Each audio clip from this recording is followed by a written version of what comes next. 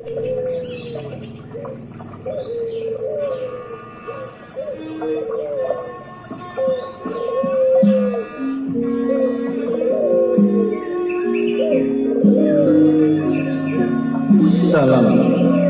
rahayu dan salam budaya bagi saudaraku pecinta budaya Nusantara. Mari kita simak dan nikmati kembali lanjutan kisah legenda penangsang dalam Kidung Tahta Asmara karya Nasirun Purwokadung yang saat ini telah memasuki episode 45 dengan judul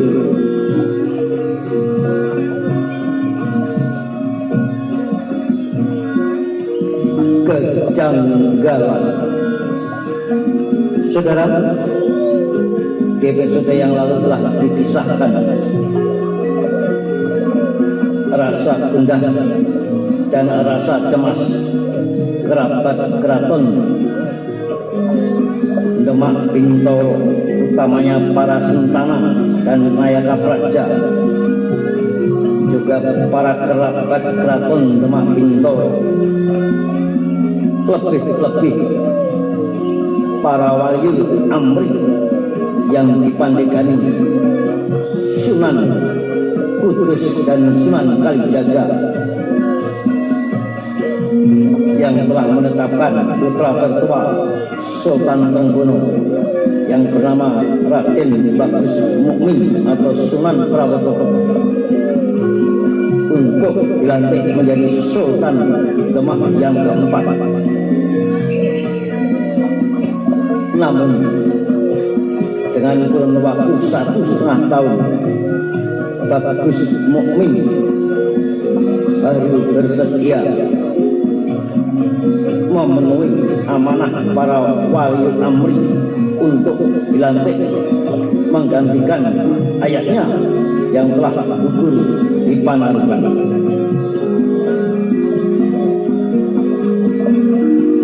Di tengah pendopo, Sunan Kalijogo masih memberikan sambutan. Sunan yang tengah memimpin pelantikan itu masih terus menyampaikan petuah-petuah penuh kebijakan.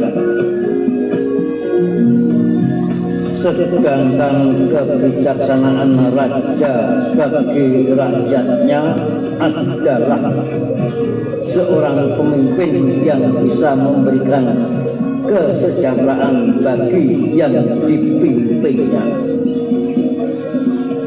Paring sandang wong kawudan, asung pangan wong kaluwen, aweh banyu wong kasatan, paring teken wong kalunyon, asung kutung wong kepanasan, aweh payung wong kudanan, karyo sukaning prihatin amulyakaken wong asakit, angapura wong nandang tusuk.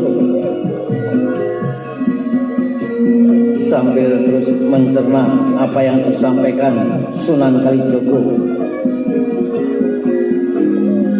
ulama Jalban Lancak itu kembali mengalihkan pandangannya. Tatapan matanya kemudian mendapati keluarga Mas Karebet beserta istri pertamanya yang merupakan anak keempat Sultan Trenggono. Keluarga Adipati Pajang itu membawa lengkap ke-6 anak mereka, 5 orang putri dan seorang bayi laki-laki. Yang duduk paling kiri adalah seorang gadis cantik bernama Nimas Ratu Ayu Pembayu, diikuti oleh adik-adiknya yang duduk rapi berjajar, yakni Ratu Mas Kemelut, Ratu Mas Adipati, Ratu Mas Sekar Gaton, Ratu Mas Japara, sedangkan bayi kecil Pangeran Sindusena tengah dalam gendongan ibunya Ratu Ayu Cempokoningrum. Sunan Gunung Jati kemudian memperhatikan ayah mereka. Mas Karebet terlihat tengah menatap Raden Bagus Mukmin yang bersandar lemah di kursi panjang. Ulasan senyum mendadak tergambar dari bibirnya, seakan menyunggengkan sebuah ucapan yang tidak terkatakan. Namun Sunan Gunung Jati hanya mampu melihatnya tanpa mampu memahami maknanya. Ia seolah merasa heran dengan senyuman di tengah kesenyapan yang kalau diperhatikan dengan seksama terlihat mencurigakan. Namun pikiran itu sebentar saja hinggap dalam benaknya. Sunan Gunung Jati kemudian mengalihkan pandangannya kembali ke sebelah kanan. Pada barisan berikutnya seharusnya ia melihat pasangan Hasanuddin dan Sekar Gaton duduk bersama keluarganya. Namun karena 6 bulan silam keduanya telah pulang ke Banten, mereka pun tak dapat turut berkumpul bersama keluarga yang lain. Sebagai putri keempat Sultan Trenggono, Sekar Gaton tak bisa menyaksikan sang kakak menjadi Sultan Demak menggantikan ayahnya. Namun seolah untuk mewakili Sunan Gunung Jati melihat putra kedua mereka ada di sana, Pangeran Arya Jepara tengah duduk bersila dalam pangkuan seorang perempuan bertubuh besar. Anak berusia 6,5 tahun itu tak pernah diam dalam duduknya, membuat emban yang mengasuhnya kesulitan mengurusinya. Ada saja yang diperbuat oleh anak yang tengah diangkat menjadi putra mahkota Kadipaten Jepara tersebut. Sunan Gunung Jati pun tersenyum melihat polanya yang beberapa kali mendapat cubitan dari emban pengasuhnya. Namun tak lama ia memperhatikan tingkah pola bocah lucu tersebut. Lelaki itu mengalihkan tatapannya kembali, berpindah ke sebelah kanan dari anak yang tengah asik bermain sendiri dengan kerang-kerangnya itu. Dia pun menemukan Pangeran Timur, putra bungsu Sultan Trenggono. Namun karena sang pangeran belum menikah, ia hanya duduk bersila sendirian dengan tatapan mata yang tak pernah lepas dari kakak laki-lakinya. Sementara di sebelahnya ada 2 orang perempuan yang duduk bersimpuh berdampingan dalam sikap menunduk. Mereka berdua adalah janda Sultan Trenggono yang telah ditinggal mati oleh suaminya 1,5 tahun silam. Yang duduk di sebelah kiri adalah istri pertamanya yang tak lain adalah Putri Ki Ageng Maloko. Sementara yang kedua adalah Kanjeng Ratu Pembayun Putri Sunan Kalijogo, perempuan yang pandang. Merupakan Raden Bagus Mukmin itu sedang mendongakkan pandang menatap ke depan sebelah kanan ke arah Dampar Kencana yang telah ditinggalkan suaminya dan sebentar lagi akan digantikan anak laki-lakinya. Sunan Gunung Jati pun merasakan ada tatapan keibuan yang dipancarkannya. tatapan sendu dan haru yang dilayangkan kepada sang anak yang tengah bersandar di kursi panjang tak jauh dari tempat duduknya. Sementara di tengah pendopo, Sunan Kalijaga tengah memanjatkan doa pengharapan dengan penuh keharuan. Kita merindukan seorang raja yang juga mampu menegakkan hukum dan keadilan bagi rakyatnya. Ratu Gung Binathara berbudi Bawalaksana, Ambektanuh Hito, Dharma Hito, Sumo Hito, serta anindakaken sama bila dana denda lampahing pengadilan anindakaken dana wasiasan lire boten ambu kaping yen leres ing kapitana boten pikih sedaya putra Sentana yen sampun leres ing kapitana yekti katrap ing pamir sisa. Acara pelantikan terus berjalan penuh kesahduan, namun Sunan Gunung Jati masih terus melayangkan pandangan. Setelah melihat satu persatu keluarga Sultan Trenggono, tatapannya beralih kepada barisan kerabat yang duduk di sebelahnya, jajaran keluarga putra-putri Raden Patah. Di ujung sebelah kiri seharusnya mendapati istrinya tengah duduk di sana. Karena Ratu Mas Nyawa adalah putri sulung Raden Patah. Namun karena telah pulang ke Cirebon 6 bulan silam, istrinya pun tak bisa mengikuti acara pelantikan. Dalam barisan itu ia hanya melihat keluarga Raden Kanduruan, anak ketiga Raden Patah, Adipati Randu Songo itu datang bersama istri dan anak cucunya. Lalu di sebelahnya lagi yang mendapati keluarga putra bungsu Raden Patah, yaitu Raden Pamekasan.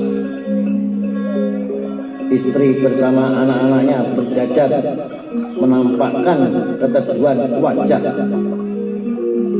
Sementara Raden Pamekasan sendiri tidak duduk bersama mereka karena tengah membawakan tata cara pelantikan yang sedang berlangsung. Sunan Gunung Jati pun sekilas melihat kembali Raden Pamekasan yang berdiri di belakang Sunan Kalijaga. Ia kemudian melayangkan tatapan matanya kembali di sebelah keluarga Raden Pamekasan yang mendapati perempuan yang tengah menunduk, seorang janda Patinus yang merupakan putri Bathara Kasong dari Ponorogo.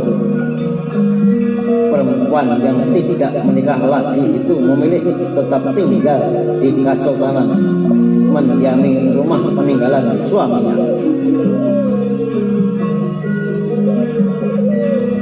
Perempuan itu duduk sendirian, tak didampingi janda Patinus yang kedua, karena ini Mas Ratu Ayu yang merupakan putri Susunan Jati telah dinikahi oleh Sunan Gunung Jati sendiri.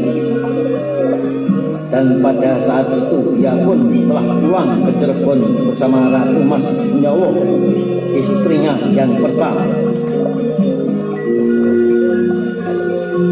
Sementara Sunan Gunung Jati masih melayangkan pandang lagi di tengah pendopo, Sunan Kalijaga tengah mengakhiri sambutannya.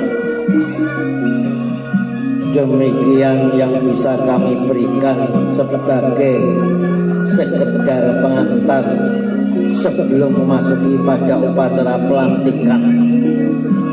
Maka jika ada benarnya datangnya dari Allah, jika salah datangnya dari kami. Kupat siniram santen menawi lepat nyuwun pangapunten. Billahi taufik wal hidayah. Wassalamualaikum warahmatullahi wabarakatuh. Salam itu pun kemudian dijawab serentak. Waalaikumsalam warahmatullahi wabarakatuh. Sebuah jawaban yang menimbulkan gema memenuhi ruangan. Pada tatapan berikutnya Sunan Gunung Jati ingin mencari anak-anak Pangeran Sekar yang merupakan anak laki-laki tertua dari Raden Patah. Karena selama upacara berlangsung ia hanya melihat Haryo Mataram yang menjadi pendamping Pangeran Timur. Dan pada hari itu Lurah Tamtama itu tengah sibuk mengurusi perlengkapan pelantikan. Padahal Pangeran Sekar mempunyai 4 orang anak yang ditinggalkan. Namun dalam jajaran Kasentanan ia hanya mendapati Haryo Panuntas yang tak lain adalah anak asuhnya sendiri. Sedangkan saudaranya yang lain, Haryo Panuntun dan Haryo Penangsang, tidak terlihat berkumpul bersama mereka. Bahkan ia pun tak mendapati keberadaan janda Pangeran Sekar, karena dari keempat istrinya ada 2 perempuan yang masih sehat.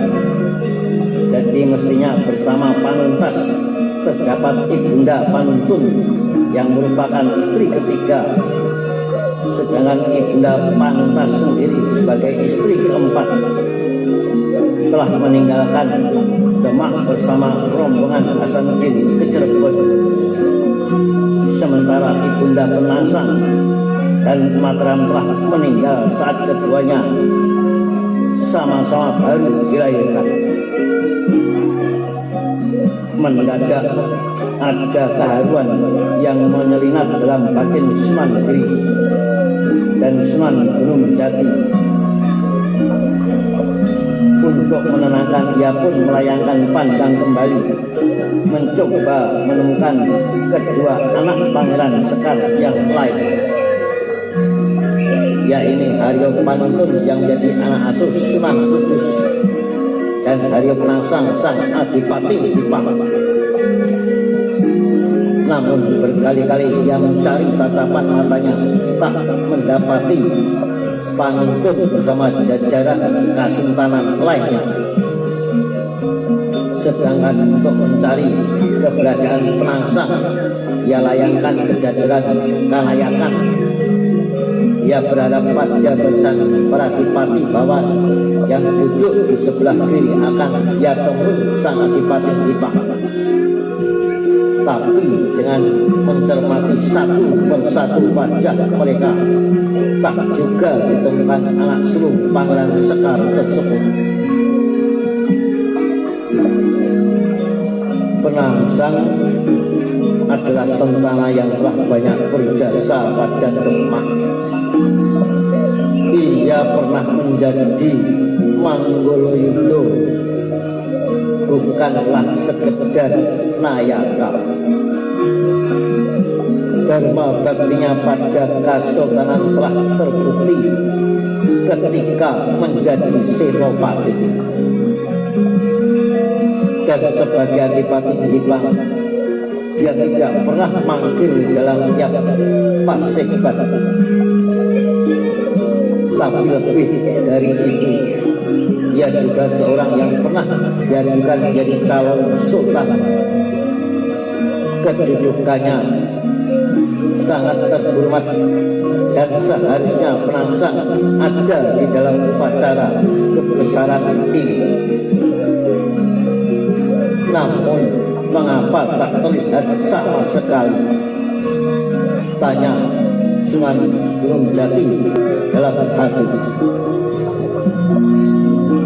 Sunan Gunung Jati dalam hatinya terus bertanya-tanya karena merasa ada kejanggalan berikutnya. Ini benar-benar mengherankan. Untuk upacara seagung dan sepenting ini, Romo Kudus pun tak ada di sini. Padahal semestinya pelantikan ini yang memimpin adalah penghulu Waliul Amri. Namun mengapa beliau tak ada hari ini? Ungkap Sunan Gunung Jati di dalam hati, dan rasa penasaran itu pun makin menjadi-jadi. Ia seakan menangkap ada keanehan yang sedang dialami. Ia merasakan ada kejanggalan yang telah terjadi. Ada apa ini? Nah saudara, sampai berjumpa di kisah selanjutnya. Perangsang dalam Kidung Tahta Asmara. Salam Rahayu, salam budaya. Sampai jumpa.